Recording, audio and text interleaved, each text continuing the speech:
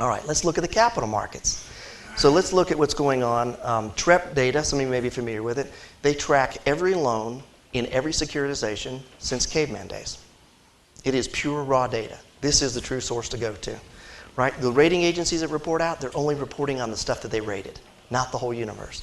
And so what the TREP folks have been telling us is that the delinquency rate on the capital market CMBS stuff, all property types, has declined from a peak last summer of almost 10.5% down to 8.65% today.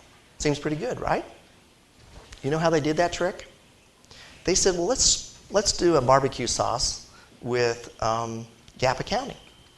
And so what they said is, we're not going to include maturity defaults in the delinquency anymore. So even though your loan's matured and you can't repay me, as long as you can continue to make me a payment, you're not defaulting on your loan. Now let me ask the banker in the crowd. If my loan comes due and I can't repay you and I'm just going to continue my payment, do you kind of have to report something different to the regulators about that loan in your GAAP accounting? You bet you do, right? Yep. Okay. When you put these maturity defaults, the loans that can't refinance today, even at low interest rates, this delinquency rate is back above 11%. It did not go down at all. Now let me show you something that will give you indigestion. This is a history of securitization. So 1986, we hit $1 billion.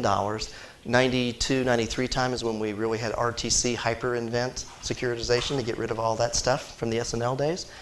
And when we got to 2005 and 7, we produced $600 billion of securitization. And in 2007, it peaked at $234 billion. Of this $600 billion, 1/3 of it was interest-only 5- and 7-year paper. And that 1/3, that $200 billion, took CMBS delinquencies from sub 2% to a record 10.5%. Okay, 1/3. In 2015 to 2017, we have 3 times that amount in 10-year paper coming due, and it can't refinance today at these low interest rates and this low debt service coverage hurdle and these low cap rates. What do you think is going to happen to the securitization market in 2015 to 2017? Barbecue sauce, right?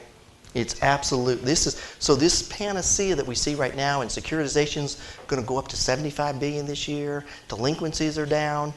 I'm playing games with GAAP accounting, right?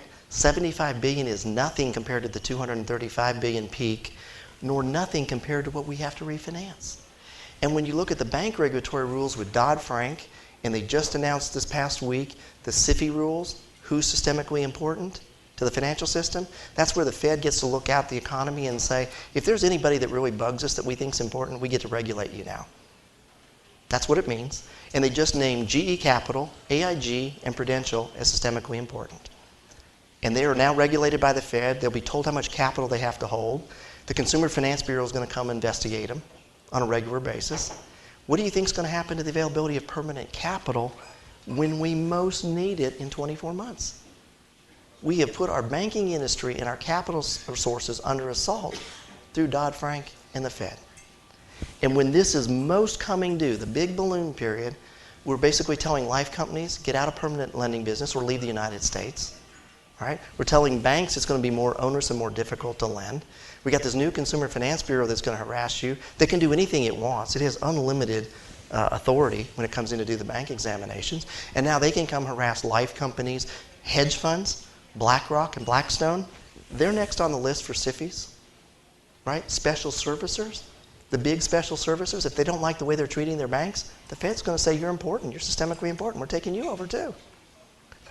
This is really important because what made all this real estate financeable was we brought the capital markets to real estate. We brought capital to real estate so we could do more of it. We could go to secondary markets. We could go to tertiary markets. We could do 80% loan to values. We could do this myriad of things. We could include every property type, not just the narrow group that the life companies liked. In this, we have a narrow window. Basically this year, I think by summer of next year, the marketplace is going to realize this, and the capital markets, already these delinquencies will really start to skyrocket, and we will have a problem. So again, I'm saying sitting on the fence is not the great position to be on. You know, if you can get something financed today, if you can get debt done, if you can acquire with low debt, this is the time to do it. You know, and if you're a seller, your buyers are most in a position to buy your asset today. and they're going to be a whole lot less in a position to buy those assets 12, 18, 24 months from now.